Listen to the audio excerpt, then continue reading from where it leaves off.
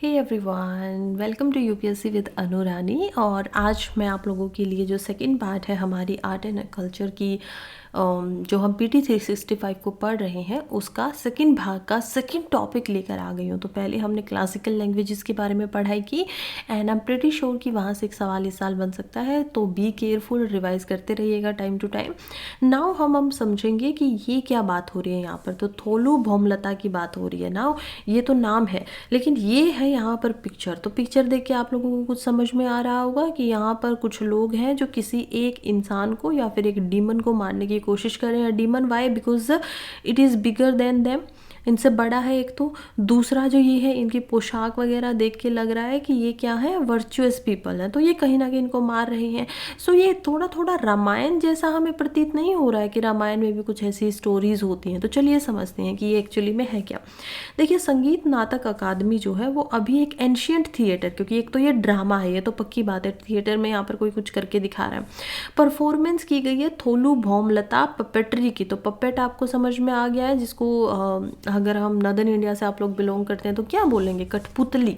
तो वो है, लेकिन क्योंकि because we are talking about right now the southern part of India, और वहाँ पे भी क्योंकि जो पपेट्री है ये हमें कहाँ दिखाई देती है, राजस्थान वगैरह में, तमिलनाडु में देख पाएंगे, उड़ीसा, कर्नाटका, तो अलग अलग नाम से अलग अलग जगह पर जानी जाती है। फॉर एग्जाम्पल तमिलनाडु में हम इसको बोमलतन के नाम से जानते हैं, बट आंध्र प्रदेश में हम इसको बोमलता के नाम से जान रहे हैं।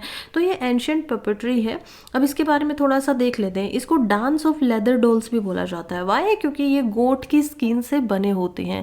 बिल्कुल सही बात है कि ये जो गोट होती हैं यूजुअली उनकी स्किन से बनाया जाता है, और क्योंकि उसको एज अ लेदर हम बोलते हैं स्किन को, तो ये इनको लेदर की डोल भी बोला जाएगा। तो ये असली, ऐसा नहीं है कि लोग जो है वो कपड़े पहन के ऐसा काम करें, नो, ये डोल्स हैं, कठपुतलियाँ हैं, जिनका इस्तेमाल किया जाता है। इनके सामने एक पर्दा लगा हुआ होता है जिनका इस्तेमाल किया जाता है किसी एक जो थिएटर था, जो एक ड्रामा था जो कि लिखा गया था, उनको दिखाने के लिए। अब मेनली ये परफॉर्म कहाँ पर होगा, गोदावरी के रीजन में। तो गोदावरी रिवर जो है वो आंध्र प्रदेश में हमें ज़्यादा दिखाई देती है। मेजर स्क्रीन कैरेक्टर इसके होते हैं भगवान हो गए, बर्ड्स वगैरह हो गए, डीमन हो गए, और मेजर थीम इसमें रामायण और महाभारत दोनों का ही इस्तेमाल किया जाता है। नाम आप लोगों को याद रखना ही रखना है। कुछ ड्रामाज के बारे में मैं आपको एक्स्ट्रा बता देती हूँ जो इसमें नहीं बताया गया, सो दैट आप लोगों का एक्स्ट्रा में रिविजन होता हुआ चले। देखो, अब ड्रामा की ही यहाँ पर बात हो रही है, तो सबसे पहले तो सबसे इम्पोर्टेंट जो ड्रामाज हैं जो कि संस्कृत में ज़्यादातर हमें मिलेंगे, वो किस किस के द्वारा लिखे गए हैं। सबसे इम्पोर्टेंट कौन याद आ रहा है? आई एम प्रीटी श्योर कि सभी को एक नाम तो ज़रूर याद आएगा, दैट इज़ कालिदास। तो कालिदास के द्वारा भी काफ़ी सारे ड्रामाज जो है वो लिखे गए हैं। फॉर एग्जाम्पल एक एक करके देखेंगे तो जैसे कि मालविका गनिमित्रा, ये कालिदास जो है वो एक ड्रामा लिखते हैं। इसके अलावा विक्रम मौर्य शिया भी लिखेंगे, और जो सबसे इम्पोर्टेंट है जिस सभी को पता होगा, वो इन्होंने क्या लिखा था, शकुंतला। तो शकुंतला काफ़ी ज़्यादा फेमस ड्रामा था जो कालिदास के द्वारा लिखा गया था। But apart from this he also wrote like 3 more dramas जो कि संस्कृत में ही थे मेजरली, और ये इन्होंने लिखे थे। फिर इनके द्वारा कुछ पोइट्री वगैरह भी की गई थी, जैसे कि कुमारा हो गया, संभवा हो गया, रघुवंशा, ऋतु समारा, तो ये सब हम देखेंगे, ये भी कालिदास ने की। एंड कुछ संस्कृत के सेक्युलर हमें वो भी दिखाई देते हैं, टेक्स्ट हैं बट वो अदर टेक्स्ट है। उसमें हम जैसे अर्थशास्त्र को देखेंगे जो कि कौटिल्य के द्वारा लिखा गया था। बुधचरिता को देखेंगे आप, अश्वघोषा लिखते हैं उनको। चरक संहिता, सुश्रुत संहिता, जो कि चरक या सुश्रुत जो थे वो मेडिसिन में उनको लिखते हैं। देन इसके अलावा एग्जाम्पल देखते हैं हम सिद्धांता का, जो कि भास्करा के द्वारा, भास्कर जो होते थे उनके द्वारा लिखा गया था। उन्हीं ने शिरोमणि भी लिखा था। फिर अगर हम बात करते हैं वराह मिहिरा की, तो उन्होंने पंचा लिखा था, बृहत संहिता लिखी थी, सिद्धार्थिका लिखा था। आर्यभट्ट का आप लोगों को याद है, आर्या भट्टिया उन्होंने लिखी थी। फिर कल्हान की बात करेंगे तो कल्हान ने राजतरंगिणी लिखी थी, द हिस्ट्री ऑफ कश्मीर। फिर हम सोमदेवा की बात करेंगे तो उन्होंने कथा सरिता लिखा था, कथा सरित सागर लिखा था उन्होंने। तो ये कुछ चीज़ें हैं जो आपको नाम याद रखने हैं, बिकॉज ऐसे ही सवाल पूछे जाते हैं। खैर, हम लोग ड्रामाज की बात करते थे, ड्रामाज की बात कर रहे थे, तो कुछ और संस्कृत ड्रामाज को देखें तो जैसे कि मरीक्षक कटका। तो मरीक्षक कटका किसके द्वारा लिखा है? अगर आप एनसीईआरटी भी पढ़ेंगे तो उसमें भी ये दे रखा है कि कैसे मरीक्षक कटका के अकॉर्डिंगली एक स्टोरी बताता है। तो ये लिखा था सुधारका के द्वारा। देन यहाँ पर विशाखा दत्त लिखते हैं, विशाखा दत्त ने मुद्रा राक्षस लिखा है, ये सबको याद रहेगा। बट मुद्रा राक्षस के अलावा भी विशाखा दत्ता ने एक और ड्रामा लिखा था जिसको देवी चंद्रा गुप्तम के नाम से जाना जाता है। तो देवी चंद्र गुप्तम आसान नाम है, याद रखिएगा। भावा भूटे के द्वारा लिखा गया था उतारम रामचरितम। तो उत्तर यानी कि जब जो रामायण है मेनली ख़त्म हो जाती है तो उसके बाद में क्या होगा, तो वहाँ पर लव कुश की जो स्टोरी आती है, जब श्री राम आके राजा बन जाते हैं तो उसके बाद का, तो उत्तर यानी कि जब वो चीज़ ख़त्म हो चुकी। तो रामचरिता कौन लिखते हैं, भावा भूति। फिर हर्षवर्धना ने, आपको पता है एज किंग थे, उन्होंने रत्नावली लिखा था, लेकिन उसके अलावा भी उनके कुछ इंपॉर्टेंट ड्रामाज थे जैसे कि नागानंदा हम देख पाएंगे, राइट। हर्षवर्धन इनको लिखते हैं। फिर प्रियादर्शिका जो है वो उनको लिखते हैं, उसको भी वो लिखते हैं। रत्नावली तो उनका मोस्ट फेमस है। भाषा की बात करते हैं तो भाषा ने यहाँ पर उरुभंगा भी लिखा है और स्वप्ना सावा दत्त भी लिखा है। तो ये हमें कुछ ऐसे टेक्स्ट है जिनको याद रखना है, ठीक है। चलिए अब आगे बढ़ते हैं। तो अब हम पपेट्री पे बात कर रहे थे, तो एक बार पपेट्स जो होते हैं, पपेट्री जो होती है इंडिया में, उसको देख लेते हैं। सबसे पहले तो हम स्ट्रिंग पपेट्स को देख पाएंगे, वो पपेट्स जिनको यहाँ पर धागों के द्वारा क्या किया जाता है, बांधा जाता है और पीछे इनके एक पर्दा लगा हुआ होता है और वहाँ से एक जो मास्टर है वो इनको with the help of this strings क्या करते हैं, आगे बढ़ाते हैं। सो ये यूजुअली राजस्थान, ओडिशा, कर्नाटका, तमिलनाडु में होता है और इनके अलग अलग नाम है। जैसे राजस्थान में इनको कठपुतली बोला जाता है, कर्नाटका में इनको गोम्बयता बोला जाता है। फिर तमिलनाडु की बात करें तो इनको बोला जाता है बोमल लतम। तो वही हम जो बोम लता की बात कर रहे थे आंध्र प्रदेश में, ये तमिलनाडु में जाकर बोमल लतम बन जाता है, mix of road and string puppetry के नाम से। और ओडिशा में इनको कुंदई के नाम से जाना जाता है। तो ये जिस जिस रीजन का जो बच्चा होगा वो बहुत ही रिलेटिवली इनको क्या कर पा रहा होगा, समझ पा रहा होगा, याद रख पा रहा होगा। लेकिन अगर आप इन रीजन से बिलोंग नहीं करते हैं देन आपको थोड़ी सी मेहनत करनी पड़ेगी, 2-3-4 बार इनको पढ़ना पड़ेगा, रिवाइज करना पड़ेगा। एंड देयर इज़ नो वे कि आप इन चीज़ों को स्किप कर दें क्योंकि न्यूज़ में आया हुआ है। और I know art and culture के काफ़ी सारे टॉपिक्स जो हैं उनको हम एक बार पढ़ के थोड़ा सा अपनी अंडरस्टैंडिंग पे छोड़ सकते हैं, लेकिन जो टॉपिक्स बहुत इंपॉर्टेंट है, जो टॉपिक्स करंटली न्यूज़ में रहे हैं, तो वो तो आपको पढ़ने ही पड़ेंगे। फिर शेडो पपेट्स की बात कर लेते हैं। तो शेडो पपेट्स जो होता है वो एक्चुअली में क्या है, फ्लैट फिगर्स होते हैं और ये लेदर के ऊपर कट आउट होते हैं। तो लेदर हमें दिखाई देगा, which has been treated to make them translucent. तो इसी वजह से क्या होते हैं कि ट्रांसल्यूटेंस हमें दिखाई देते हैं। अब ये रीजन ओडिशा हो गया, केरला हो गया, आंध्र प्रदेश हो गया, कर्नाटका, महाराष्ट्र, तमिलनाडु, इन सभी में इनका इस्तेमाल होता है।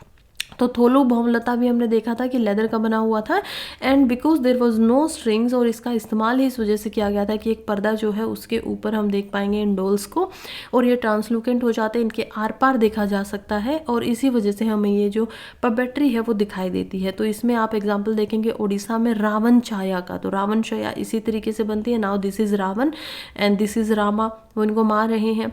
फिर हम देखेंगे कर्नाटका में तागुल गोम्बटिया। तो गोम्बटिया हमने कर्नाटका में पहले भी देखा है, लेकिन इसमें क्या फ़र्क था कि यहाँ पर स्ट्रिंग्स लगी हुई हैं, राइट। लेकिन जब आप बात करेंगे यहाँ पर तोगालू की, तोगालू शब्द आगे लग जाएगा तो इसका मतलब अब क्या हो गया कि यहाँ पर स्ट्रिंग्स नहीं है बल्कि लेदर की यहाँ पर बात हो रही है। एंड थोलू बोमलता को तो हमने वैसे ही आंध्र प्रदेश में पढ़ लिया था।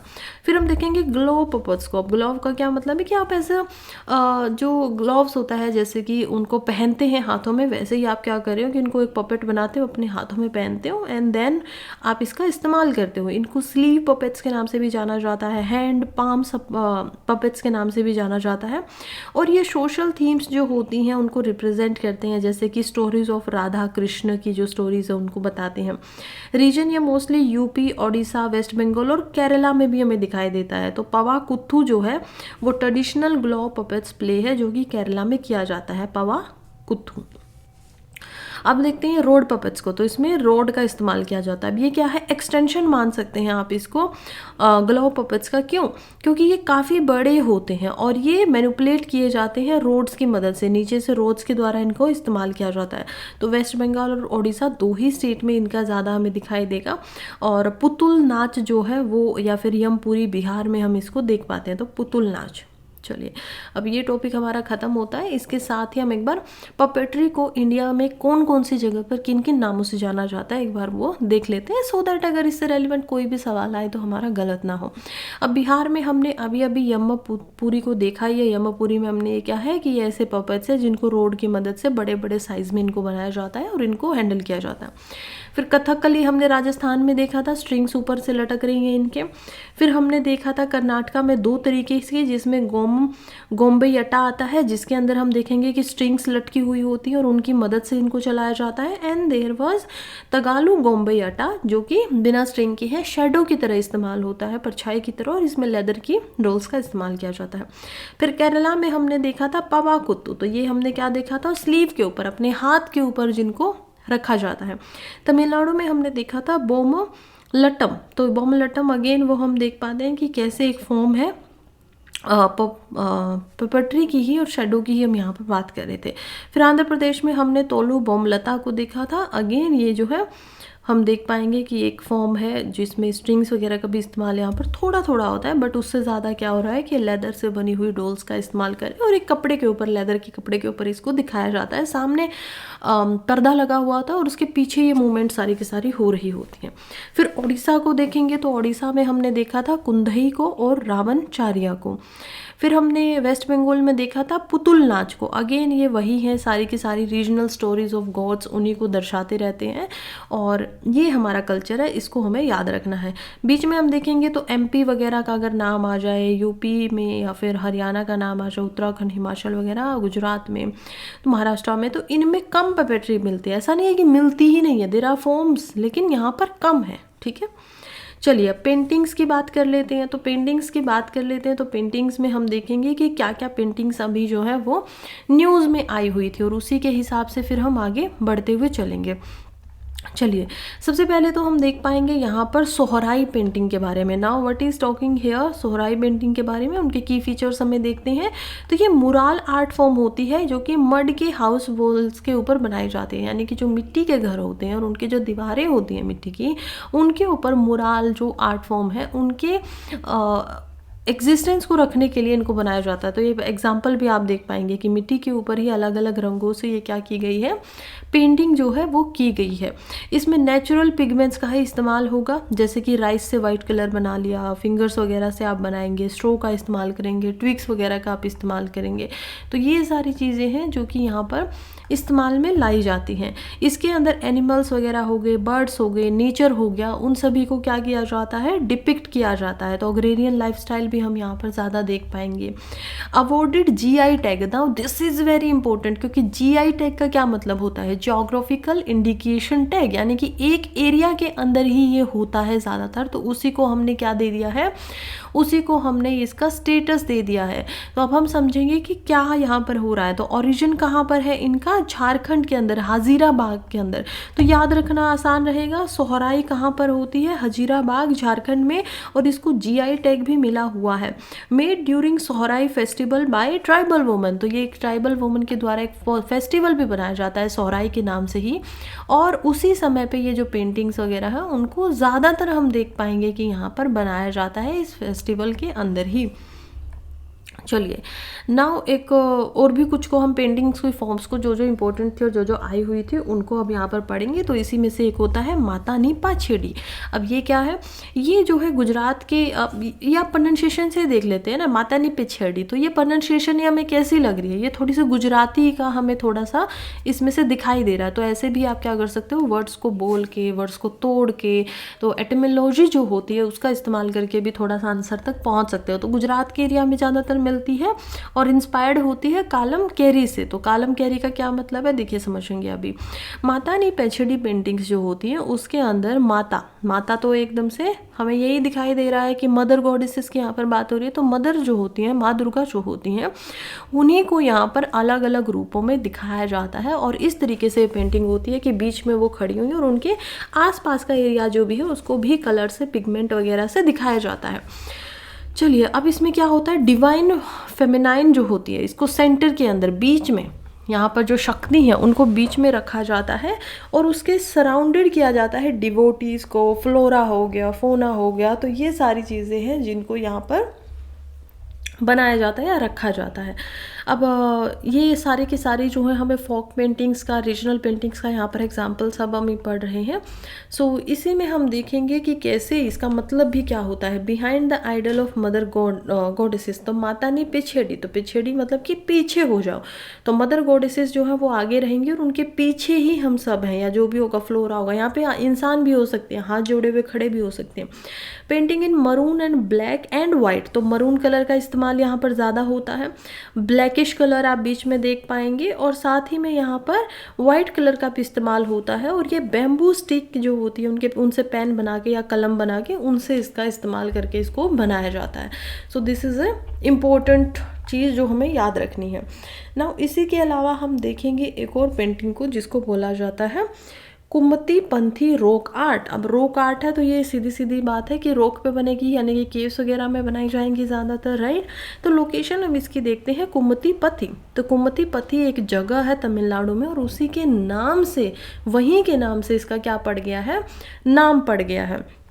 लगभग 3000 साल पुरानी हम इसको देख पाएंगे कि इसका इतिहास है। और ये इनऑर्गेनिक वाइट पिगमेंट जो होता था नेचुरल गम वगैरह में जो पाया जाता था, उसका इस्तेमाल करके यहाँ पर बनाई जाती थी।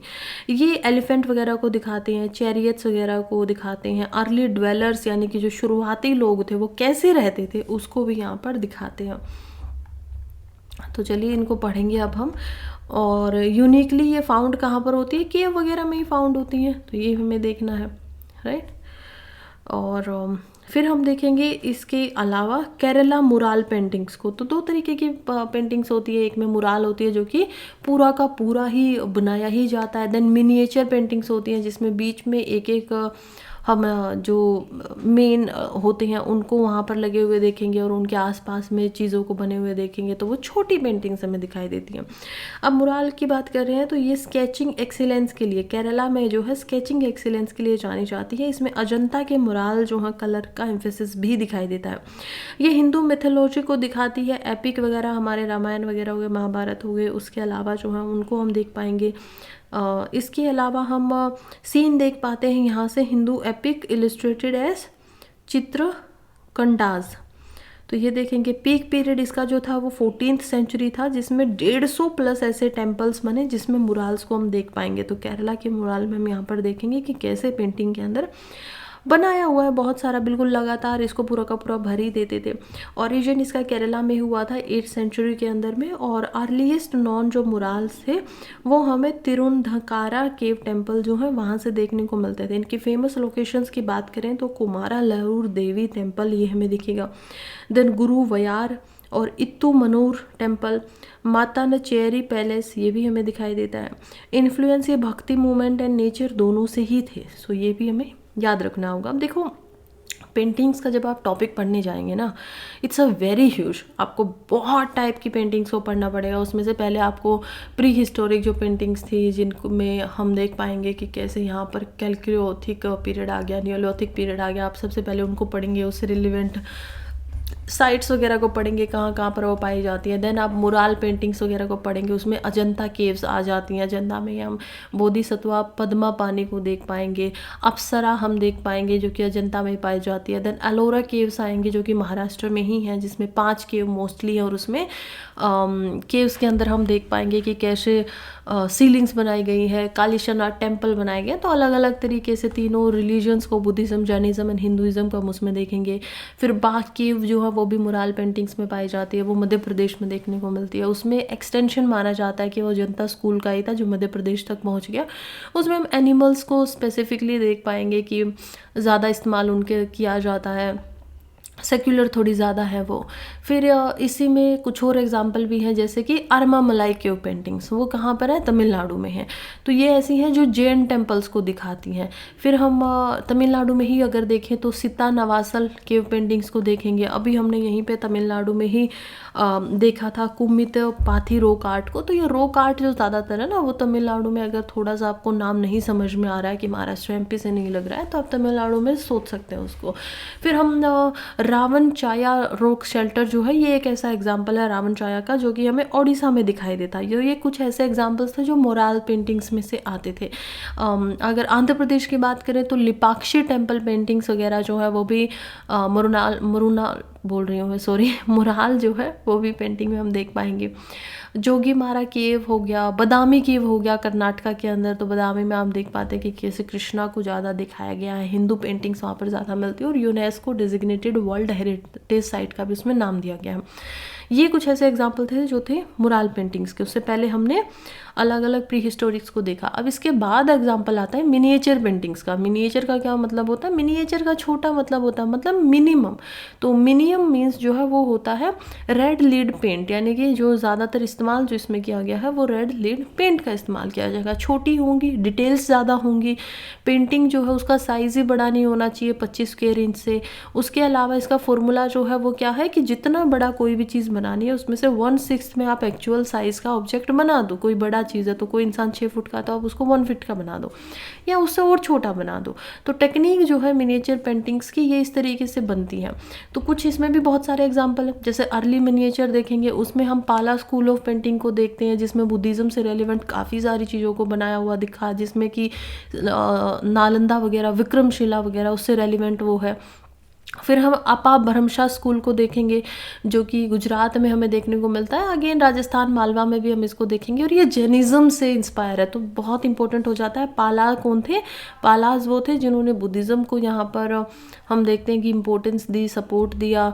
और अपाभ्रंशा वो थे जो कि जैनिज्म से इंस्पायर थे। तो मेनली चालुक्याज डायनेस्टी जो थी वही इनको चलाती थी। तो पाला और चालुक्या में डिफरेंस याद रखना है, तो ये हिस्ट्री में भी काम आएगा। उसके बाद हमें एक ट्रांजिशन पीरियड भी दिखाई देता है मिनिएचर में, जिसमें नए नए स्टाइल जैसे कि विजयनगर वगैरह थोड़ा सा सामने आएंगे, जो कि दक्कन स्टाइल से यहाँ पर क्या हो जाएंगे, इन्फ्लुएंस होंगे। फिर इस्लामिक इन्वेजन और राइज जो हुआ था कल्चर सिंथेसिस का, इस्लामिक लोग आ जाते हैं, फिर दिल्ली सल्तनत वगैरह बनेगी। तो अलग अलग समय के हिसाब से हमें ऐसे ही इनको पढ़ना होता है। तो फिर एकदम से अब हम आगे बढ़ेंगे तो मिनिएचर आर्ट को दिल्ली सल्तनत में देखेंगे, तो मुराल उतना ज़्यादा उठ नहीं पाया था।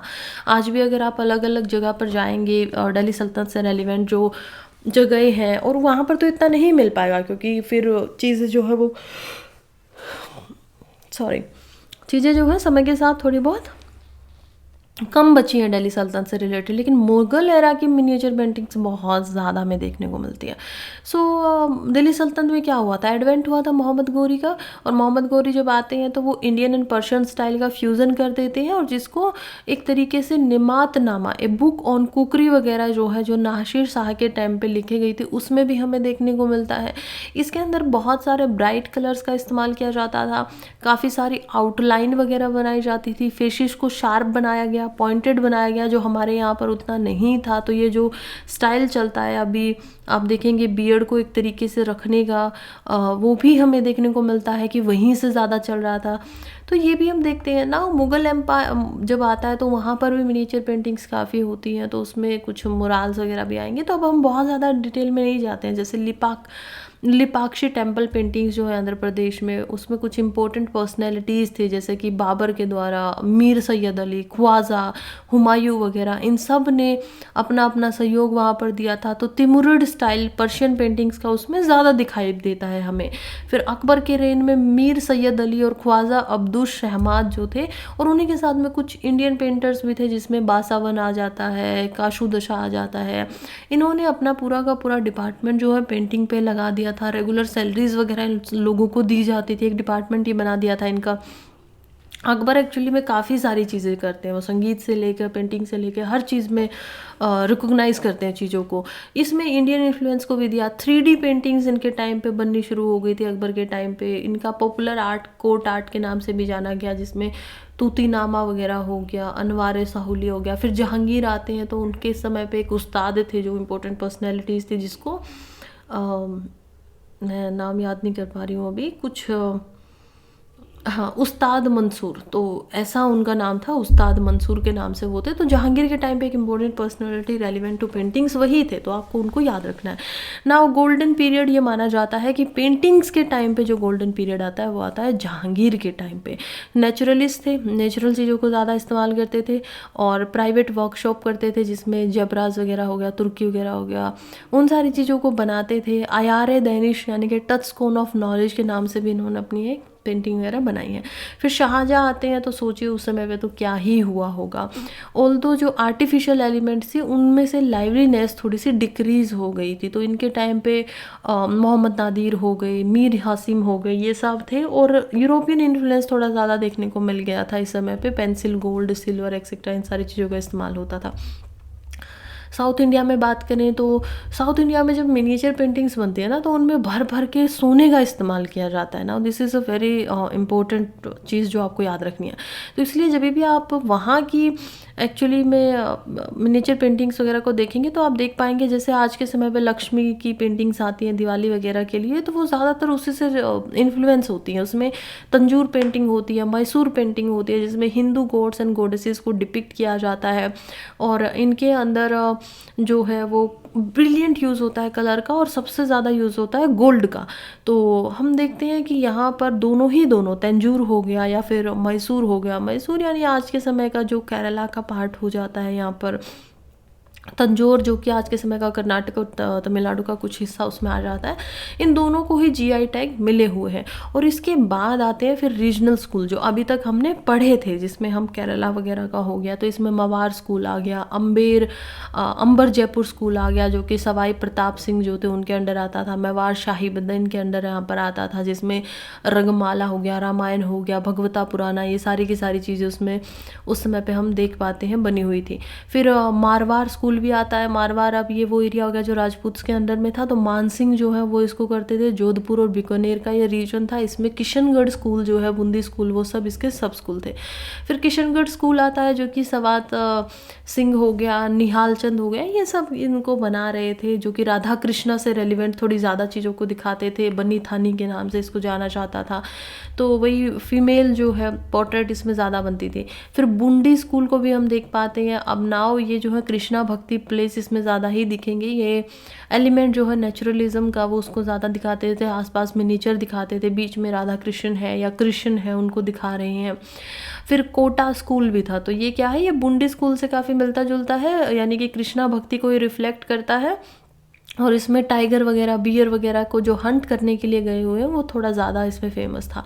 फिर कुछ एरिया आते हैं पहाड़ी के भी, जो 17वीं और 19वीं सेंचुरी में हम देखेंगे, जिसमें बाहुसैली स्कूल हो गया, जिसमें अर्लीस्ट पेंटिंग बनी थी।